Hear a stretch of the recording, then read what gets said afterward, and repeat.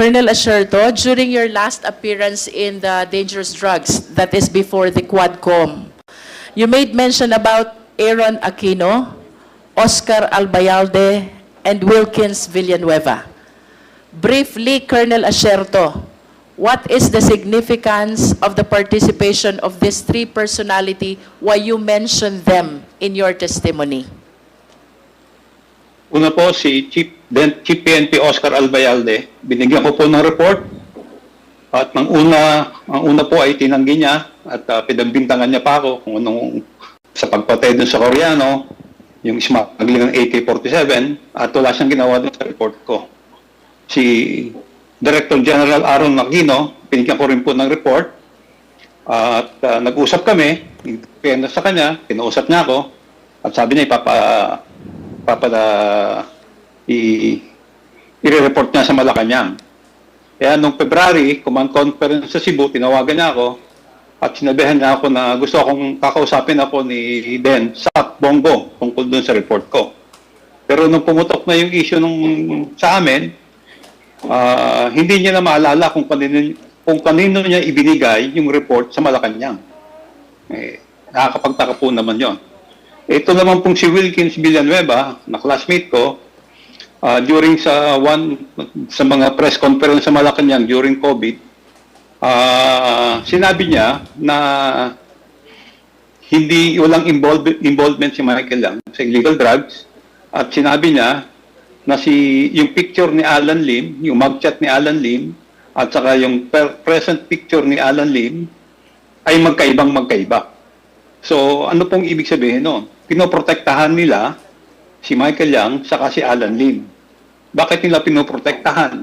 Kasi utos sa kanila ni Presidente Duterte at ni Bongo. Yun po yung On the same hearing, Colonel Asherto, you also mentioned panagutin sa kasalanan si Senator Bongo, si Senator Bato de la Rosa, at si former President Rodrigo Roa Duterte. Can you please enlighten us? What is the reason behind this articulation of yours? Kasi po, sa akin pong palagay, sa nangyari sa amin, namatay ang aking si retired Master Sergeant Liwanag at hanggang ngayon missing pa si Captain Lito Perote na sila ang may kagagawan. At yung kanilang war on drug ay peke. Cover up lang yon. Ang pinapatay, yung maliliit, pero yung mga malalaking drug personalities, katulad ni Michael Yang at Alan Lim, ay pinotektahan nila. Sa tingin niyo po, Colonel Asherto, what is the reason behind your allegation of cover-up? Ang pinapatay lang ay maliliit at yung malalaking drug lord like Alan Lim and Michael Yang ay pinoprotektahan nila. Ano po ang dahilan? Kasi po, nakapatong sila Nakapatong sila sa binabayaran sila ng sindikato Tingnan nyo lang po yung nagkinagawa ng investigasyon sa Quad. Ngayon po, hindi lang po illegal drugs Lumapad pa ho ang kanilang galamay Meron ng pogo, meron ng mga acquisition ng land. Dapat po ito pag-aralan mabuti ng National Security Council sa Kanika. Baka ito po ay merong koneksyon sa nangyayari sa West Philippine Sea. Colonel, kasi po ang sindikato ng... Yun pong ginamit niyong term is pumapatong? Tama ho ba? Opo, pinotektahan kasi nila Ano po bang, can you please enlighten us, pag sinabi niyo ho bang pumapatong po sila dito sa drugs, ano hong ibig sabihin ng pumapatong? Ibig sabihin po, pinoproteksyonan nila kapalit ng pera. So, what you wanted to tell us is, these people are protector of the drug lords? Yun ho ba yun? Opo, yun po, ang simpleng Last question, Colonel Asherto. Ngayon pong kaharap nyo si Jimmy Guban via Zoom. And admittedly, sinasabi niyang inimplicate niya kayo to save his life and the lives of his families. But apparently, Dahil sa testimonya niyang yon, nasira din ang buhay ninyo. How do you feel now? Hindi ho ba kayo nagagalit kay Jimmy Guban? Unang-una po, talaga pong hindi na kami nakapag-usap ni Jimmy Guban. Hindi ko pa siya nakakausap at ako po ay nagpapasalamat sa kanya dahil sinabi niya yung totoo kung ano talaga nangyari. At wala po akong galit sa kanya dahil alam ko naman pareho kaming biktima. But yun of lang, course, you tumigil siya. realize, Colonel Asierto, if not for the testimony of Jimmy Guban, hindi ka magkakakaso, hindi ka magkaka-warrant of arrest. Kayo po ba'y na-convict dun sa kasong iyon? Hindi po ako na-convict doon dahil hindi po ako nag-appear eh. Kasi pag nilabanan ko po yung kaso, ikukulong ako, baka doon na rin po ako mamatay sa loob ng kulungan. So you mean to say that the case is still pending in court? Opo, nasa ano po eh, naka-archive po kasi po nagkaroon na po ng desisyon yung kaso ni Jimmy. So, yung sa akin po na-archive. Given the fact, Colonel Asierto, na si Jimmy Guban ay pinilit lamang para huwag masangkot at huwag mabanggit yung pangalan ng mga ni Michael Yang, ni Pulong at saka ni Man Scarpio, I hope you realize also na dahil sa testimony ni Jimmy Guban, nagtatago kayo ngayon. At ilang taon na nga ho kayo nagtatago? More than 6 years po. More than 6 years. So, I just want to take advantage of this opportunity. If there's one thing which you want to tell Jimmy Guban, ano ho bang gusto niyo sabihin kay Jimmy Guban ngayon? Jimmy, salamat at tinama mo. At salamat sinabayan mo kung ilabas ang katotohanan.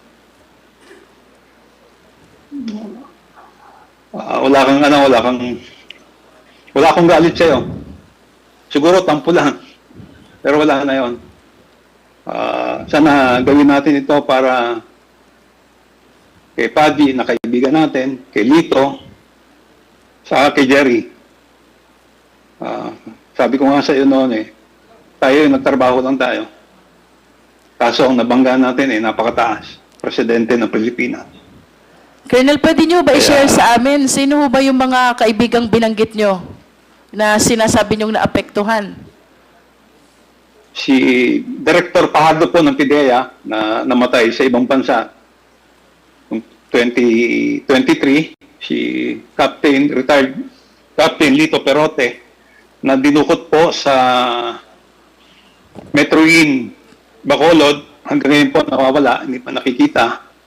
At si retired Master Sergeant Jerry Liwanag na binaril at namatay po sa Bulacan. Bago ho ba itong mga kasong kinasasangkutan nyo ngayon, gaano ho ba kayo kalapit, kayong 5 na personalidad na nabanggit ninyo? And can you please enlighten us? Ano ho bang klaseng samahan mayroon kayong 5 na ngayon ay wala na yung 3 at kayong 2 na lang ni Jimmy Guban ang naririto? Si Jimmy po ay siya po ang counterpart ko sa custom. Siya po, pag meron po akong trabaho sa custom na involve ang custom, siya po ang nakakausap ko. Sa kanya po ako nagtitiwala pag custom issues. Sila Director Pajardo, si Lito Perote at si Jerry Liwanag ay matagal ko pong kasama sa pa po magkakasama na kami, pero talagang nagsama kami dito sa HOT. Nag-start ng 2003. So, para po silang pamilya sa akin Kung wala po, kung baga ho ba yung accomplishment ko is hindi ko po magagawa kung wala sila. Ilang Wala taon si ho ba Paddy, kayong wala si Lito. Ilang taon ho ba kayo magkakasama sa trabaho? Itong mga nabanggit yung personalidad. Since 2003 po. 2003 until? Until 2018 po nang mangyari itong mga 2003 until 2018. At kayo pong lahat ang trabaho ay tungkol sa investigation on drug operation. Tama po ba yun? Opo. Tama po. And today, si Fajardo po ay Namatay na. Tama po ba yon? Opo, namatay po sa sakit. Sa sakit. Mag-isa lang po siya sa... Si Mag-isa lang po Pirote, siya sa ibang bansa. si Pirote po ay Dinukot po. dinukot and missing until now. Tapos, Opo. yun pong isang binanggit nyo pa, Si Jerry Liwanag po. nasan po si Jerry Liwanag? Patay na po. Binaril po ng 2 tao. Pinatay din.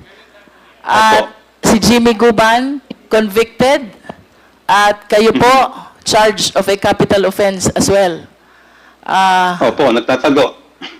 This is really very challenging on the part of you five, no? Na dati kayo magkakasama sa trabaho at mukhang lahat hindi maganda ang naging pinatunguhan ninyo. But anyway, Mr. Chair, I want to proceed to Jimmy Guban. Few questions only. There are allegations, Mr. Guban, that there are different schemes in the Bureau of Custom on how to facilitate the release of contraband, illegal containers. Yes, Your Honor. Can you please enlighten us on that? Your Honor, about the importation, meron pong regular importation at saka para po sa madaling salita, ang BOC po ay merong RMO, Risk Management Office, at meron din pong selectivity, may green lane, 3 po yun. So, doon po ay makikita nyo yung mga trabaho na multinational ay nasa green lane. Then, mukhang 6 years, wala yata ako. I think the Honorable Commissioner can also enlighten us, sir, the former Commissioner of the No, Bureau of from Customs. your perspective, But, Mr. Your Honor, Guban, from your perspective, being somebody who worked for so long a time in the Bureau of Custom, para makita po natin yung diferensya ng mga schemes na binabanggit ninyo, you first mentioned about selectivity, you also mentioned about the green. Ano pa ho bang schemes Green lane. mayroon doon? Your Honor, may mga special kasi minsan na trabaho. Then, the Risk Management Office, yun po ang nagbibigay ng selectivity kung saan sila dadaan. Then, pagka mayroong mga multinational, yun po yung napupunta sa green lane. Then, the other two, I think, red, may mga selectivity po. Then, doon po ginagawa yung mga trabaho kung paano nila idideklara. There are allegations also, Mr. Guban, na meron pang mga napupunta sa PESA. Yes, Your Honor. Iba naman po yun. Regular importation din po yun. Din yun po yun yung mga free tax na dinideliver papuntang PESA. So yun po ay pwedeng i-re-export. Wala po yung tax. Yan po ay for manufacturing or kung ano man ang gagawin sa PISA, sa Ecozone. Then for export purposes, wala po yun bayad ng duties and taxes. Unless ilo-local, saka lang po magbabayad ng duties. 3 lang po ba ito? Selectivity, green, and PESA? No, Your Honor, mayroon pa pong banded warehouse. Banded warehouse. There are allegations also that there's such a thing as TARA system. Your Honor, that is already yung paano matipid kung mga duties and taxes na binabayad sa Bureau of Customs. Pwede niyo po ba kaming ma-enlighten? How does this scheme work? Umpisahan po natin doon sa selectivity.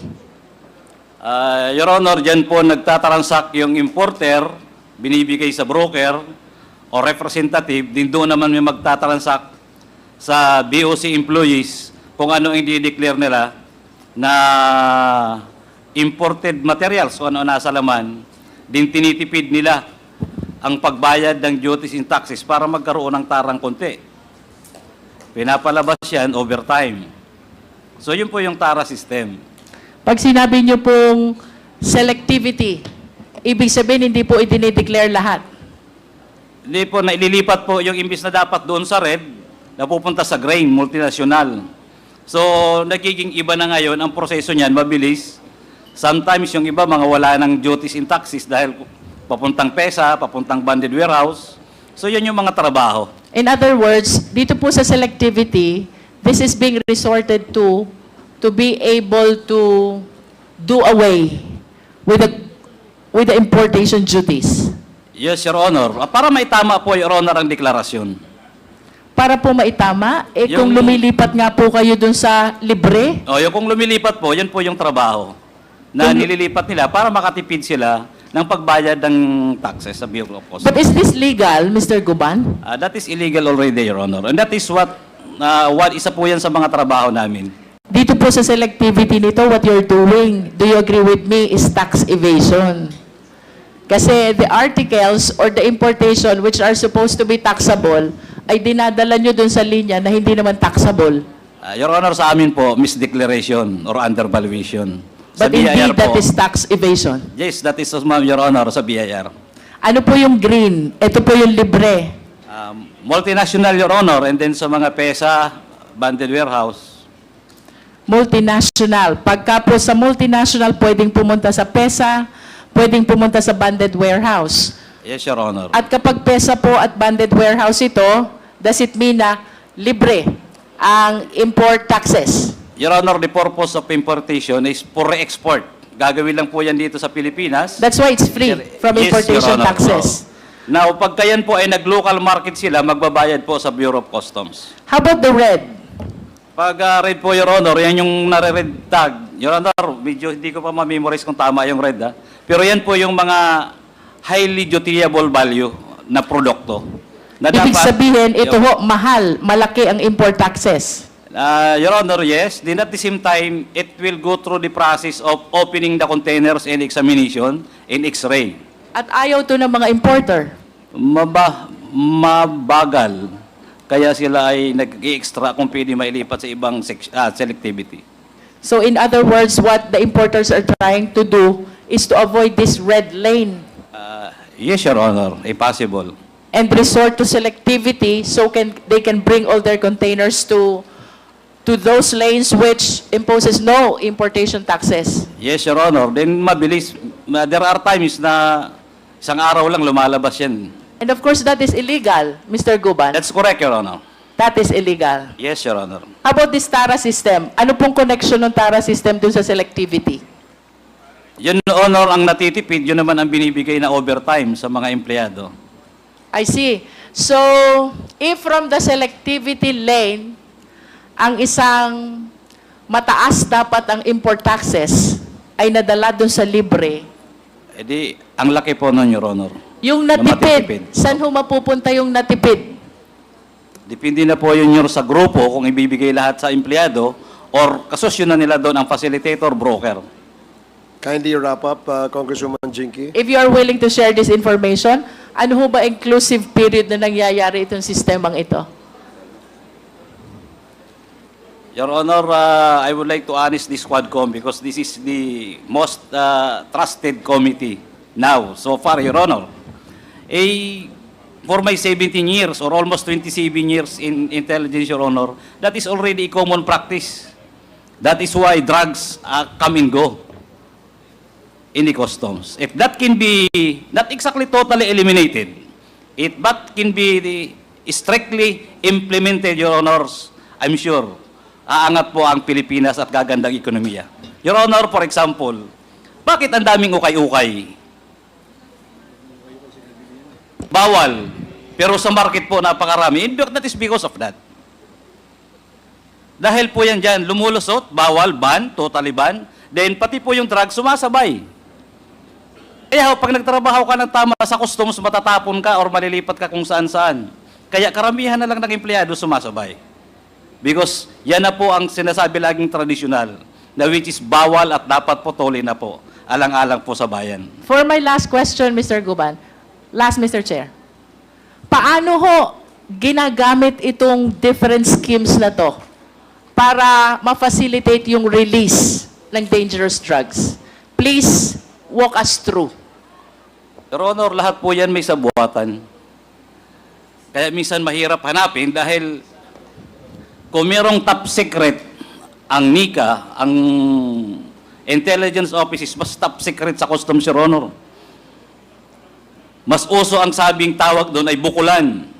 Pag hindi mo yan nalaman, because 2-3 lang minsan na nakakaalam, pindot lang sa computer, lumalabas. As it is, again, Your Honor, marami pong nawawalang, the Honorable Chairman, marami pong nawawalang containers na until now. Doon sa una ko pong statement, ay nawawala. Again, hindi po ako galit sa mga Duterte. Kaya lang sila lahat ang nagpa-facilitate nag-i-influence, nagpo-protekta. Ilang containers po ang nawawala sa Port of Manila alone during the time ni Collector Austria. Hanggang ngayon walang napapailahan ng economic sabotage or what? Libre. Sa Taguluan Port, napakalaki po dyan, ang operator ng Freeport niyan. Ilan pong dumadaan yan ang intelligence report, ini-import, dadalhin doon, after doon ibabalik.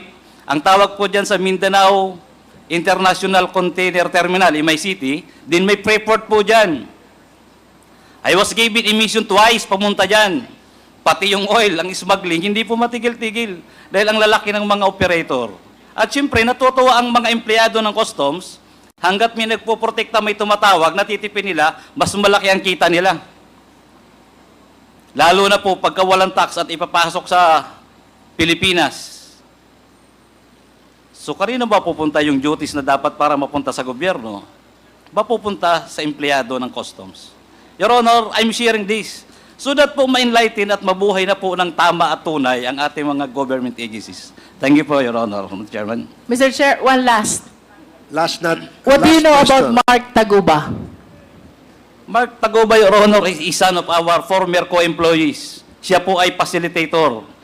Your Honor, directly, biktima si Mark Taguba at saka si Tatad. Sa shipment na alam, nakalibre ang kolektor, si Maronilla. I'm sorry, Your Honor, the Honorable Commissioner is here. But I'm telling the truth. Sino ba ang may alam ng kargamento ng droga na nagpasalitate walang alam at pumirma? Si Taguba, licensed broker, si Tatad. Si Taguba, parang siya ang in-group, nagpapacilitate lang ng mga kargamento para makalabas. Ang tatay niya ay former BOC, custom police po namin. So, napacilitate niya na habol. Nagkaroon ng, nahuli ang kargamento sa labas, pero absolto, ang district collector, si Maronilla, promoted pa to Assistant Commissioner, Your Honor. In this manner of my apprehension, Magnetic Lifter was apprehended. The district collector was promoted to Deputy Commissioner of the Bureau of Customs. Now, ang daming kaibigan. Your Honor, ganyan po ang customs kalaki na dapat po ay unti-unti o dahan-dahan pong maayos. At sana po, through this kagalang-galang po na Quadcom, sa pangunguna po ng mga Honorable Chairman, and of course, the Honorable Speaker, ay mai-correct po at may tama at mapakita po natin sa tao ang tamang proseso, tamang hustisya sa ating pong bayan. Mr. Chair, I know that this is very challenging, but with the revelation of Mr. Jimmy Guman, I think we need to look into the charter also of the Bureau of Customs. Thank you, Mr. Chair. Thank you. The request of Congresswoman Jinky Luistro is noted and will be considered at the appropriate time. So before the next interpellator, Mr. Chair. Mr. Chair. Mr. Chair. just a moment, Your Honors. No? I saw PIDEA Director General Wilkins Villanueva raising his hand. May I know what that is, General Villanueva? Mr. Chair, habang tinatanong ni Honorable Congresswoman Luistro, si Colonel Asierto, nabanggit niya ang pangalan ko as one of those na may patong sa sindikato. Sige, please explain. You have 2 minutes. Mr. Chair, nagsilbi ako ng 38 years laban sa insurgency, anti-terrorism, kidnapping, at illegal drugs. Never na pumatong ako. Kaya kong tumingin kahit kaninong mata na wala akong pinirahan kahit kanino. Now, bakit ko daw kinlir si Michael Yang? 2004, kahit magtumbling-tumbling si Colonel Asierto, walang pangalang Michael Yang na personality sa Davao Clandestine Laboratory. Dahil kung kasama ang Michael Yang doon, dapat kasama siya sa kinasuhan namin. Umabot ng 2016, wala pa rin Michael Yang. Now, tinanong ni Honorable Congresswoman Luistro, si Colonel Asierto, Ano ba ang report na ibinigay mo kay General, kay Chief PNP? Ang sabi niya, si Michael Yang ay kasama ni Alan Lim at Johnson Chua. Johnson Chua is a personality. Kasama po siya sa kaso. Alan Lim is a personality na nahuli sa Cavite, clandestine laboratory. Just because kasama mo yung Alan Lim and Johnson Chua na wala ka pang pinapasok na ebidensya na related sila, ipapasok mo na agad ang pangalang Michael Yang. In fact, walang information na pumasok sa akin na Michael Yang is involved. Point of order, Mr. Chair. Ano ba, sino ang pinapaliwanag ni General Villanueva? Siya ba o si Michael Yang? Sino ba Chair. pinapaliwanag mo? Ang sarili mo? Sarili ko, Mr. Eh, Chair. paliwanag mo yung sarili mo. Yes, sir. Ba't nga bagin ka na ibang pangalan dito? No, Mr. Chair, kasi... ngayon ang na lang ako. Mr. Chair, ang Ngayon na lang sinabi ako kasi... nagsalita, ha? Hindi ako nagkasalita kanina Yes, pa. Ha? yes, Mr. Chair. Ang sinabi kasi ni Colonel Asierto, patong ako dahil ikinlir ko si Michael Yang. So, as far as I'm concerned, Mr. Chair, wala akong kahit anong information about Michael Yang. Nagbigay siya ng information kay General Bato, kay General Aquino. So, Alan Lim, involved sa illegal drugs. But, Mr. Chair, baka pwedeng maipakita natin, kasi pinatawag kasi ako sa Malacanang noong 2021 para i-explain yung aking saloobin tungkol kay Alan Lim. Baka pwedeng mai-flash natin, Mr. Chair, yung alleged Alan Lim na Point of picture na order, kanina Mr. na dalawa. Chair. Okay, yes. I He get, is lawyering for Michael Yang and No, Alan Mr. Lim. Chair. No, Mr. Chair.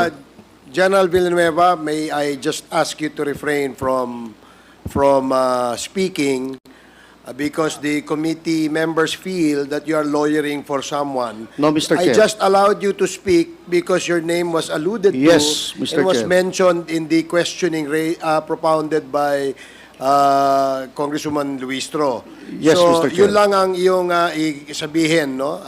Wala nang iba. Do not speak in behalf of whoever. Yes, sir. Yung So, sarili mo Mr. lang. Chair, Mr. And you have- Chair. you have For the sake of accuracy, can we please confirm first from Colonel Asierto if he is included dun sa pumapatong? Mr. Chair. Andiyan pa ba si Colonel Asierto? Colonel Asierto? Yes, sir. Ang, Yes, Mr. Chairman. Yes, ang tanong ni Congresswoman Luistro, kung included ba raw sa iyong statement na may mga patong itong si General Wilkins Villanueva? Ang sinasabi ko po is clear niya si Michael Yang at si Alan Lim dun sa sinasabi niyang statement sa Malacanang. Ngayon, bakit niya i-clear? Kinausap niya ba si Michael Yang? Kinausap niya ba si Alan Lim at that time? Bakit niya clear? Kasi inutos sa kanya ni Bongo, saka ni Presidente Duterte. So, yan ang iyong basis para sabihin na si General Villanueva ay kasama sa patong. Tama po ba? Opo, dahil pinotektahan niya yung dalawa eh. Ayan, very clear ang sinabi ni Colonel Asierto. So, Yes, Mr. Chair. you can actually defend yourself. I'll Yes. I'll give you 1 minute to do that, General Villanueva. Ito, Mr. Chair, yun i-explain ko nga, sir, Mr. Chair, eh. Bakit ko kinlear si Michael Yang? Kasi wala akong information, eh. At siya ang nagbigay ng information about Michael Yang. Hindi naman niya sinabi sa akin, Mr. Chair, eh. I don't have information about Michael Yang. Yung kay Alan Lim, Mr. Chair, kasi, Mr. Chair, I was trained ng facial recognition sa International Law Enforcement Academy sa Bangkok, Thailand. And part of that module is facial recognition. Yung pinasok kanina doon, Mr. Chair, na picture na dalawa, ang laki ng diferensya, Mr. Chair. Eh. Okay, sige. Pag-uusapan natin yan sa next hearing. Meron pa kasi tayong isang topic today and our resource persons are here since this morning. But, We Mr. Chair, still- I do not deny na si Alan Lim... Wait. Do not speak when the chair does not recognize you. Yes, okay? Mr. Chair. I'm sorry, Mr. Chair. I am explaining. So, papunta ho tayo sa next topic natin for today, EJK. Hindi pa ho tayo tapos. I will give you all the time when the appropriate time comes. So, tapusin lang po natin yung ating mga interpellators and then we shift to another topic. But I gave you already 2 minutes to defend yourself, General Villanueva.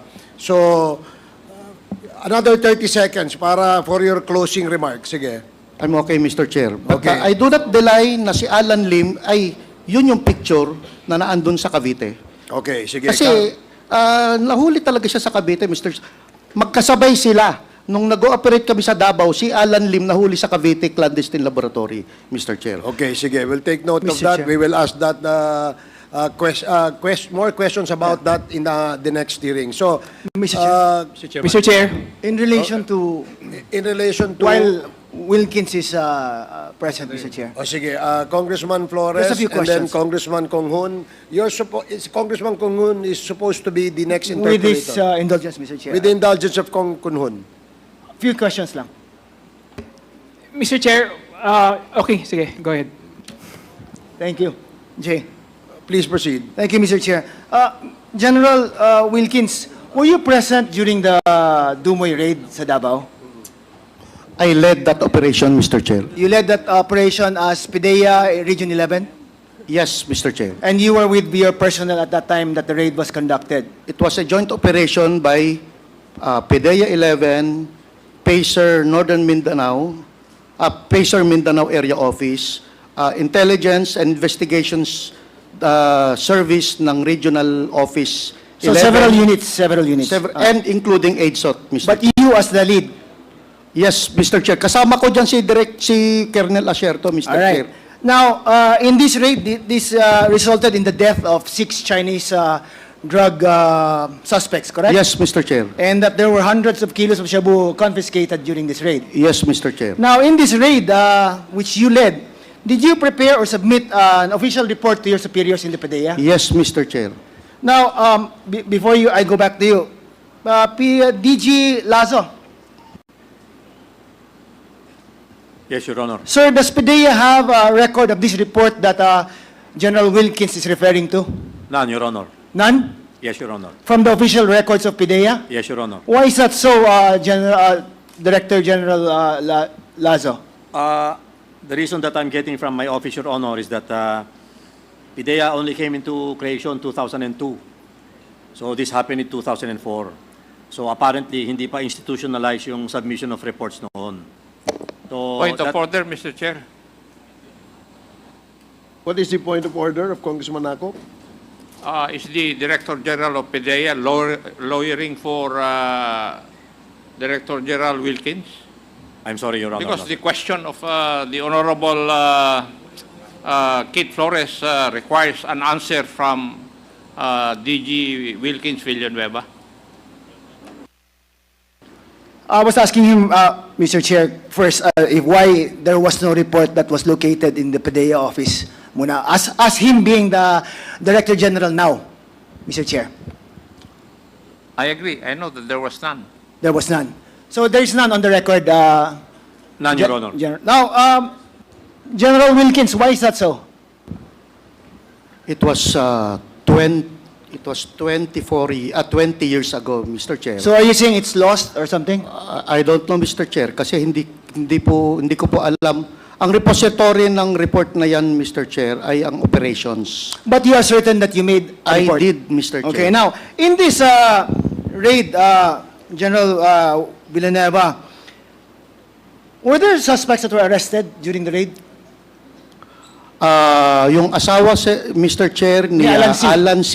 At yung kapatid niya na si Jong Lim. Wala na ibang mga Chinese that na nahuli? Wala na po, Mr. Chair. So there's no truth to the reports that there were 11 other suspects that were arrested? I Chinese don't know what he's talking about, Mr. Chair. Okay, so there's no truth also to the fact that there was this news report made by a certain reporter, Edith Regalado, dated January 2, 2005, that there were 8 other Chinese individuals who were arrested as a result of that raid. Kasama ko, Mr. Chair, si Edith na naandun, Mr. Chair, eh. Wala namang na-arrested dun sa loob ng laboratory, Mr. Chair. Or subsequent to that raid, were there any other arrests that were made that resulted in the arrest of other Chinese individuals? Except for yung magkapatid na si Pilapil at si Jong, walang ibang arrested. Can I ask Colonel Sierto, Mr. Chair? Kasi if he's still on the line. Colonel Sierto, as a result of that raid, were there any other Chinese individuals that were arrested because of that raid? Meron po. Meron, ilan po? Sa loob po ng laboratory, 11. 11. How come General Wilkins is saying that walang na-aresto na mga Chinese individuals? Hindi ko po alam sa kanya. Sorry po. Now, in fact, there is this news report that was written by the reporter Edith Regalado, whom you said was also with you during that raid, that 8 other Chinese individuals were released upon orders of Mayor Duterte. Mr. Chairman, kung ako pong sasagot, meron pong nahuli, pero hindi po sa loob ng laboratory. Doon po sa Arlene's apartment. I think doon po yung sa apartment nila Jed Pilapil C. All right, Wilkins is confirming this. Yes, Mr. Chair. Kasi yung clandestine laboratory, it's a separate area. All right. Yung Mr. Chair, yung safe house nila, yun yung unang pinuntahan nila paggaling sa airport. So what we did for questioning, kinwestiyon namin lahat ng mga Chinese na naandun. But eventually, they were released. Because, for what reason? Walang participation, Mr. Chair. You conducted the interview yourself or your office as the lead agency? Yes, Mr. Chair. And you found nothing that would implicate them to the drug laboratory in Dumoy? Yes, Mr. Chair. Is that correct, Colonel Sierto? Sa tingin ko po mali. Kasi po ang alam ko pong humuli sa kanila ay ang Bureau of Immigration. Kaya po sila kinuha ng Bureau of Immigration for immigration violation po. Kaya po sila na-release kasi wala po sila doon sa laboratory. Hindi naman po sila na-huli doon sa loob. Kaya ang humuli sa kanila, ang kung matatandaan ko po ay Bureau of Immigration. Kasi hindi ko nga po alam na hinuli nila yon. Nalaman ko na lang po later na. So, ang nag-imbestiga, ang humuli, Bureau of Immigration. Okay. For immigration violation po. Thank you. General Villanueva, now do you confirm that Colonel Sierto was present with you during the raid? Yes, Mr. Chair. Do you confirm that Art Las Cañas was also present during the raid? I don't know Art Las Cañas. I did not saw him. I did not even talk to him. Do you know if Sunny Buenaventura was also present during the raid?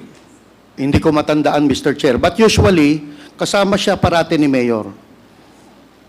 Okay. Now, side issue lang, kasi kanina na-mention mo itong Alan Lim.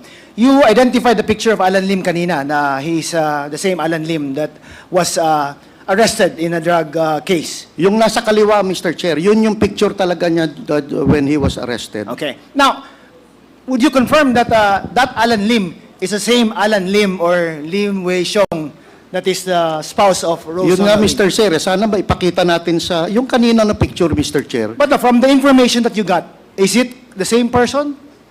I don't think so, Mr. Chair. You don't think so? I'm not lawyering for him, Mr. Chair, but I don't think so. All right. Thank you, Mr. Chair. Thank you, Jay. Mr. Chairman. Thank you, Congressman Flores. With the indulgence of Congressman Kong Hoon, our Senior Deputy Speaker, you're recognized. Thank you, Mr. Chairman. May request po akong picture kay Rose Nonolim. Meron na po para makita natin si Sorry po. Alan Lim ba? Lin Wei Xiong. Lin Wei Xiong. Meantime, Mr. Chair, may I just add the birth certificate of Lin Wei Xiong among the documents we are requesting from Rose Nono Lin? Ms. Rose Nono Lin, can you provide us the birth certificate of Lin Wei Xiong? I will request po sa mother-in-law ko sa China. Wala kang kopya? Birth certificate? Wala po. Okay. Sige, Yung picture na lang po. if you have the picture of your husband, please forward that picture to the committee